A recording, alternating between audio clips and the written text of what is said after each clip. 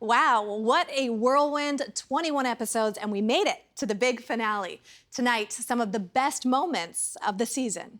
Do you have an appliance in your house that's trying to kill you? That's when the story went from illogical to nonsensical. Because I also looked at that headline and thought, is that true? Is there truth to that? No. Stealing content is easier and cheaper than making it. Something called testicle tanning. I've never heard of that before. What the heck? I've tried it. Who is a trad wife? Who is not a trad wife? Sexualized generated images, aka deepfake porn. Scams. We see government cover-ups. We see misinformation. We see disinformation. So the question is, how do we fight back?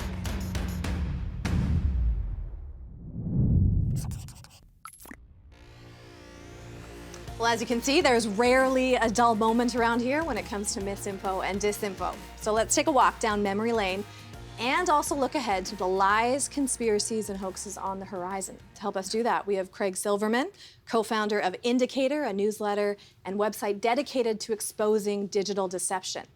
Patrick Dell is also back with us. He's the visuals editor at the Globe and Mail. And all the way from Marseille, France, Valerie Kendarji is a researcher at the University of Toronto. Great to have you all with us. Thank you. Thanks. Let's start with arguably the biggest story of the year in Canada, the federal election, okay? We had a round table of experts on our show to really talk about why consuming reliable information was really, really difficult this time around. It becomes increasingly hard to tell what's true online when social media is increasingly unreliable, when you're looking online and everything's AI. There's a very strong impulse to just throw up your hands and say, you know what? I don't know what's true. I can't tell. I'm just going to step back. 57% of Canadians think that they're getting news on Facebook, but they're not. So in this really, really consequential federal election, what are they getting? We're also worried about how this has long-term effects on people's trust in democracy and their trust in other individuals in that democracy to vote based on accurate and reliable information. So those clips there from our Election InfoWars episode, and people can find that on YouTube or on our website. Craig, I'll come to you first. A recent poll said that many Canadians felt like there was misinformation in the outcome of the election. What does that tell us? I mean, it feels like this sort of world is creeping into Canada in a way, because this has now been something that has become established in other Western democracies around the world, of people sort of contesting and believing that there's something really fishy with the results of their election. And the truth is, our elections are run really well, really professionally, pretty transparent compared to many places around the world. So I do worry because, number one, there were recounts and there have been disputed totals, but these are going through the proper process and you're actually seeing the system work. It's slow, but it's working. And so the idea that people are actually, coming away with a lack of trust rather than seeing, hey, actually things work pretty well here, to me it feels like sort of the external pressures and people out there vocalizing and undermining it are having an effect on that. So it's concerning on the front end where we were worried about what people were consuming, but also on the back end of you don't trust the processes that are in place, and they are working. Patrick, Bill C-18 has come up a couple times on the show, obviously, a law that has led to the news ban on Facebook and Instagram. This new government that we're seeing, it doesn't seem to be a priority for them to change anything. Is that a mistake when we're talking about a bad flow of information? It's a real challenge to come at this in a new and insightful way, and Bill C-18 has had a real effect on distributing and sharing Canadian news to Canadians, which can affect how well Canadians are informed. And we'll have to see what the new government comes up with when it comes to tackling these issues. But the time is ripe to come at it from a government point of view and also talking to the platforms in order to start to moderate and regulate what they're putting out there. What does that look like? I mean, talking to the platforms, because I think, Bill C-18 at the beginning was about talking to the platforms and getting some more money for news agencies that were putting credible information out there. The Europeans have a good model where they've demanded that big platforms like TikTok, YouTube and the like, they have to allow transparency in how their algorithmic feeds work, allow people to have a feed that isn't algorithmic, that researchers have access to their data to see what is being fed into the platform, and with requirements about moderation. So this is possible, and the Europeans are showing a way to achieve that. Valerie, what challenges do you see, even in other countries, that where people can't, access news, or I think about even news deserts where, newsrooms have been knocked down, there's not many reporters or anyone in some communities? Yeah, I mean, there are also countries with smaller populations where social media platforms just don't hire moderators in local languages. And so you have much bigger flows of disinformation, and they're disproportionately affected by it, by the lack of moderators. And so you are going to see fluctuations in the amount of disinformation that exists in the ecosystem.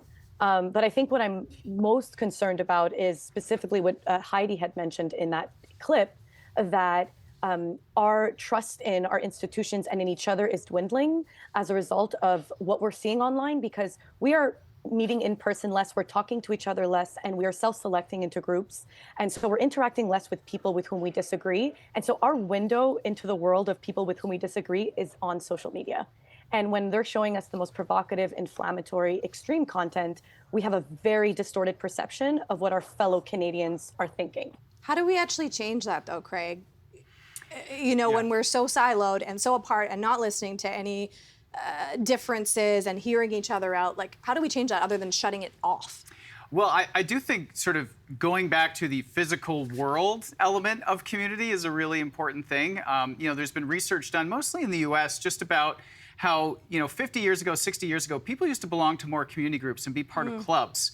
And so they might be part of a bowling team, and they might be, in the Lions group, and they would intersect with other people who not only sort of in different, social economic backgrounds or what have you, but you got to see people as people more. And so I do worry, the point that was just made about the stuff you see from people that you might disagree with. It is often the most inflammatory, extreme, provocative stuff, because that is what these systems have unfortunately been built to sort of emphasize. Extreme wins. That's what gets the most attention. And so I think part of it is really being conscious about what we are doing on these platforms, but also thinking, how are we finding opportunities in real life to actually connect with other humans and not be stuck inside staring at a screen? Keep calm, carry on. Meet some friends offline. Okay, we're moving right along here. Let's jump into what some are calling the new climate denial. As things heat up, climate change deniers are rolling out a new strategy. Instead of denying climate change exists, they're now casting doubt on possible solutions. The fact that they've moved from saying climate change isn't happening to climate change is happening, but the solutions don't work, shows that they only have one goal: to stop action on climate change. So the new denial, in a nutshell, says climate solutions don't work, the science is unreliable, global warming may have benefits, so let's all give up. Patrick, what is it about the climate that makes it such an easy target for climate disinfo? I think there is a general erosion of confidence in science, and that is reflected in a range of issues, including climate change. And when the scientific evidence is overwhelmingly proving that human-caused climate change is happening, it's hard to fight that. So then you turn to fighting the attempts at finding solutions. And it can feel hopeless, and it can feel that we aren't making real progress, because it does feel scattered and uncoordinated. And that's a fertile breeding ground to sow doubt. And then when you start to cast doubt, it gives people denying some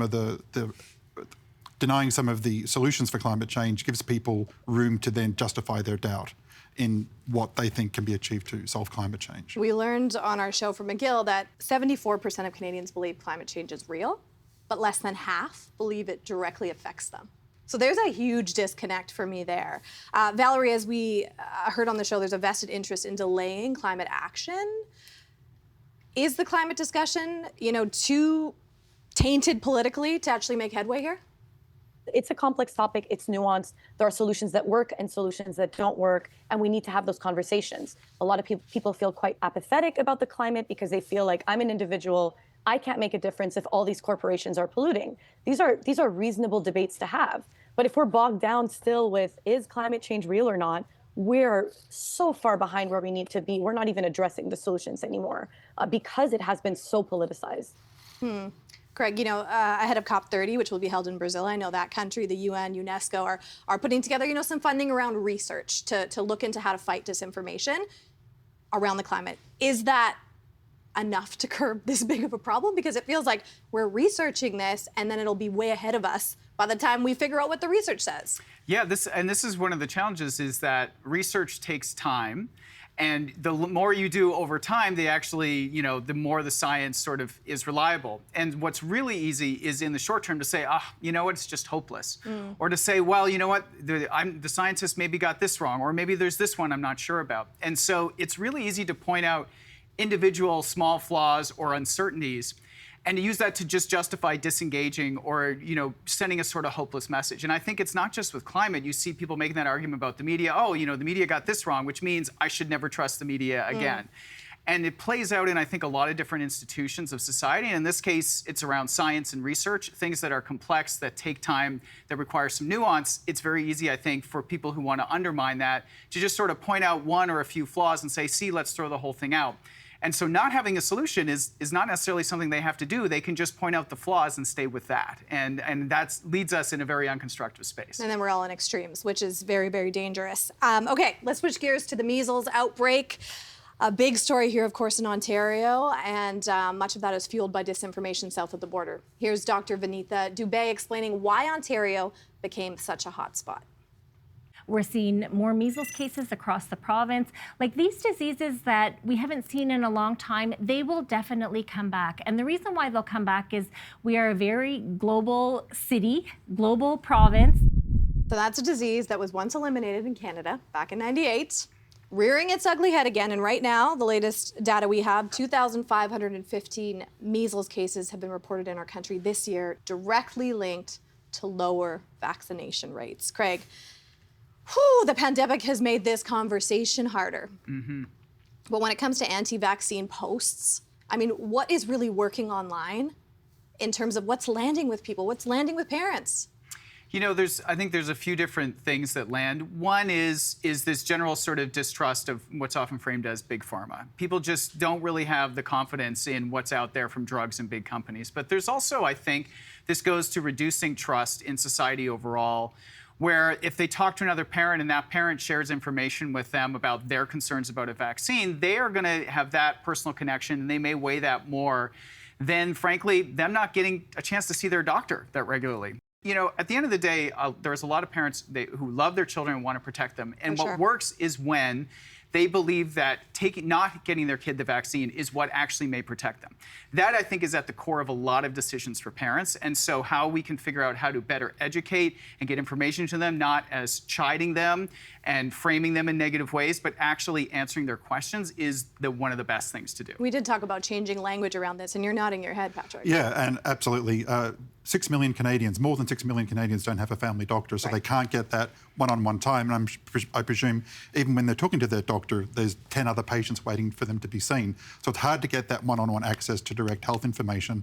And also, we've grown up now a few generations of people that haven't witnessed firsthand the effects of these diseases. They seem like they're in the past and they're solved, but no, they're back and they're rearing their head again. Scary. Valerie, how much of this is a problem of social media algorithms, though? I mean, just pushing bad information at people. It's a perfect breeding ground for the wellness influencer to step in with claims of holistic approaches to health, claims that they're giving you the truth or that they've been silenced by big pharma. And once you go down that rabbit hole, it's a very slippery slope and it's like an endless pit of pseudoscience, because this perfect storm of lack of access to, holistic, regular healthcare, lack of civic literacy about how policies pass, like a combination of these things makes it so ideal for a wellness influencer to take that space and to make claims about health that are unfounded, but you feel heard, you feel listened to, and it really responds to this trend we're experiencing where we're trying to go for more natural alternatives, as Western societies are moving in that direction. And so, yeah, it's a perfect breeding ground for it. Yeah, the influencers are out and it's dangerous ground. We had a whole episode on wellness influencers, and man, what they're selling is crazy. I want to talk kids. Often, I think it's my parents' generation that's sharing misinformation, but I was really fascinated to learn in our show on kids that kids, digital natives, are equally, if not more, at risk when it comes to misinformation. Patrick, you have kids. I do. How do you have the conversation about keeping them safe online from bad info? we come at it from the point of thinking critically about what you're consuming. And in the case of my 10-year-old, he may talk about something he's heard about Minecraft or Pokemon, and it's some exaggerated story, almost like an urban myth of what happens in these games. And so we say, like, does that sound like something that really happens in this game? And he thinks about it and goes, oh no, it sounds kind of exaggerated. So no, like, making fun of them. No. No, like, it's a real conversation. Yes, and it's starting to form that habit of critical thinking and start it young and start it on something accessible and they care about, and they can carry that through to later life.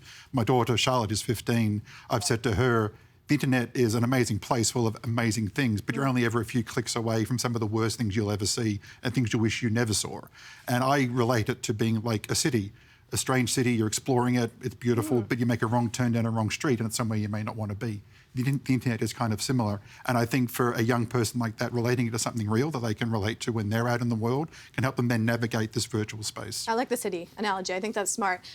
Craig, we talk a lot about media literacy, but what actually effectively works, especially when I'm thinking about teenagers that are online all the time? Yeah, I mean, the first thing is you can't sort of say to them, here are the good places to go and here are the bad places to go. As Patrick said, it's about, like, what are the skills that I can give you and equip you in life? Just like I might teach you how to do something in the kitchen, we need to think about that in the realm of information skills. And it's really about helping them feel empowered. So, hey, did you know that on your phone, if you open the Google app and you use Google Lens, you could scan that photo and see where else it's been online and learn information about it. And so equipping them with just some of the basic skills, I think, is a really important thing, because it's not about us saying, hey, here's a bunch of good websites, other ones are bad. It's about, what are you interested in? How might we look at this and figure out whether this one seems more credible than that one? So what's the claim? What's the evidence? And just helping them feel a little bit more empowered, I think, is a really big way. Engage with them. Valerie, anything to add? Yes, I just wanted to say that a lot of parents have told me that they shy away from talking about this because the technologies are changing so fast and they don't know how to have these conversations with their kids and their teenagers. And really the idea is just to get informed yourself, to demystify the idea of AI and digital technologies. And you don't need to keep up with the latest app or LLM tool. You just need to learn a framework of questions that you can ask about any digital technology. Who made this? Why did they make this? How does this information make me feel? Is it true? Are other sources corroborating it? Are there words or turns of phrases that are making me uncomfortable? These framework of questions can work for any app, any piece of information. And so you don't need to keep up with what's the latest, basically. Okay, let's write all those questions. We all got lots of kids in our life. Okay, also vital for children I found is, teens talking to teens, kids talking to kids. So we had this amazing fact checker, Samir Ferdowsi, on our show, who was with Media Smarts, and here he is fact-checking news of a very high-profile NBA trade. We typically use this thing called breaking the fake, and what that is it's a 4-step process. So that begins with kind of finding the original source, right? So in this case, it would be who came up with this information about Luka Doncic's trade. I mean, who was the first person to talk about it and bring it to X or TikTok or whatever. And once we find that original source, we kind of check them out, right?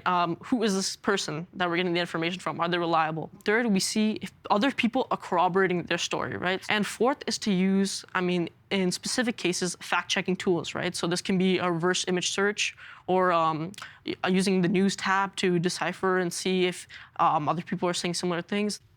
Samir gives me hope. It's so good. And yeah, exactly. A future Craig Silverman in the making. He said he was thinking about being a journalist. I was like, I love it. Hit me up and we'll see what we can work out. Okay, I cannot leave this conversation without talking about deepfakes. Okay, Patrick, we had one of our first shows. We talked about deepfakes. These incredible videos that can just dupe out anybody. But since then, it's even gotten even more sophisticated. And so let's take a look at this deepfake made with a Google AI tool. Man, the acceleration is crazy. You look far, step on the pedal, and you are there. Well, that entire video that you're watching, people, cars, interviewer, baby, all AI generated. Patrick, is there any way for us to tell if something is fake or real anymore? Because I look at that and I'm confused. Increasingly, you have to say no.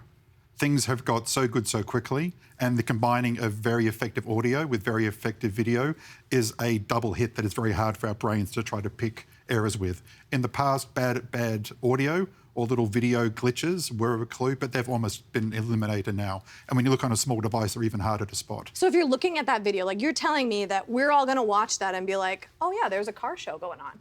Exactly, and it does fit into what you would expect to see from that kind of environment. People speaking very positively about these cars, but they could be speaking about anything. They could be speaking about not taking a COVID vaccine and being just as effusive about that. Oh my goodness. We've also covered deepfake scams, right? Financial scams, romance scams, all with deepfake videos involved. Valerie, I was reading one study that said, you know, there's a deepfake attempt happens every 5 minutes. That was last year's data, and I'm sure it's gotten worse. Should we just expect to get duped at some point? Two things. First of all, we have to accept that there is likely a future where most of the content online is AI generated. That's one. Two, media literacy surveys consistently show us time and time again, we are terrible at estimating our own ability to detect disinformation and deepfakes. So you have to assume that you are not smarter than this and that it says nothing about your intelligence, but that we are very bad at detecting this. And you should always assume that you're mistaken. And especially if a video is making you feel a certain way and provoking you, you check it. Not realistic to ask people to check every time they're seeing a video, obviously. But if something is making you feel a certain way, a surge of emotions, then you verify. Craig, what do we do in this world, this synthetic world that's being created around us? Like, do we need more education? Is there some kind of regulatory body that needs to do something about what people are sharing online? Like, what do we need to do? Because otherwise, I just think we're going to live in a mass confusion. I mean, that's a possibility, right? We are literally not wired to deal with all this. And so are there regulatory things? Sure. I mean, in the US, there have been laws passed about, using deepfakes for, creating sexual material without people's consent.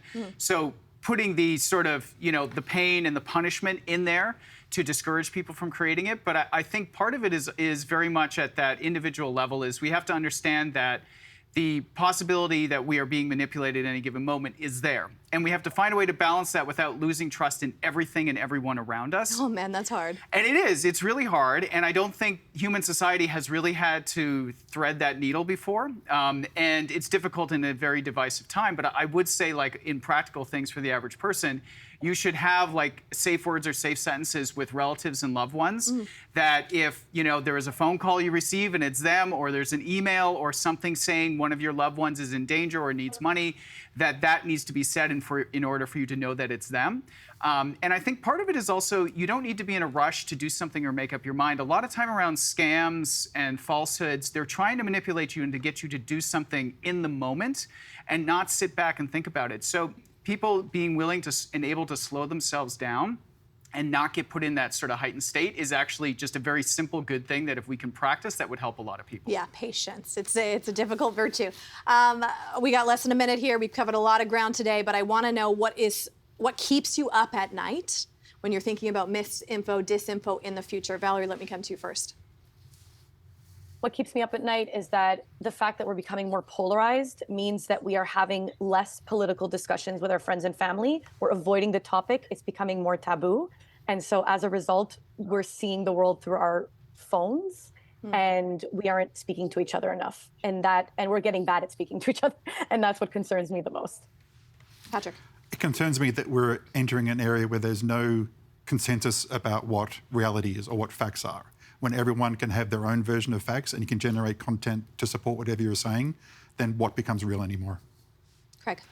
I worry that the incentives just seem to be getting worse and worse in the digital realm, that the stuff that is more extreme, that is more false, that has the bigger claim, that is still what is most rewarded on social platforms and other kinds of digital apps and platforms. And until you can shift that, people are going to abuse it, and they are going to do that for money and for fame and for political power, and that is a fundamental problem. We're in a wacky world. We're all here to help the fight against misinformation, and I hope you pay attention, to all the different platforms that are doing this. So thank you all for being here. Thank you.